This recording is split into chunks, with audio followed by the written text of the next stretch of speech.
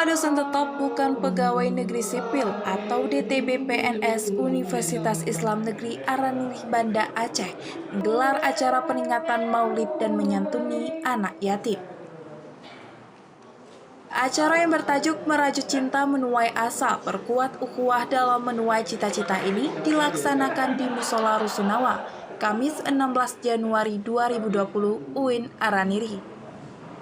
Muhammad Yusuf, koordinator acara, merupakan dosen bimbingan konseling Islam Fakultas Dakwah dan Komunikasi, berharap kegiatan ini terus berlanjut ke depannya, dan silaturahim pun bisa terus terjaga.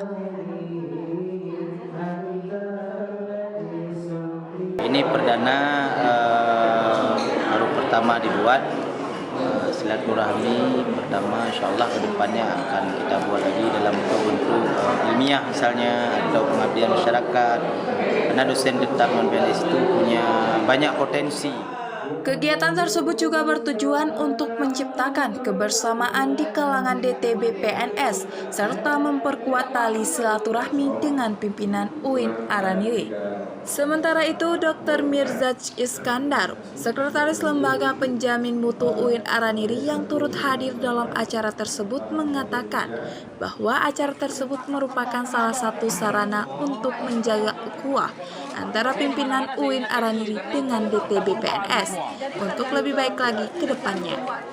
Semoga dengan acaranya ini bisa hubungan yang selama ini sudah baik, makin baik ke depannya. Jadi ini hanya sebagai salah satu sarana untuk membuat silaturahim ini makin hidup di antara pimpinan UIN Araniri dengan dosen DTB PNS. Semoga semua dengan kegiatan-kegiatan yang dibuat oleh mereka itu menjadi suatu ajang bagi masukan kepada pimpinan UIN Araniri. Jadi bentuknya bukan saja akademik, jadi juga bersifat akademik.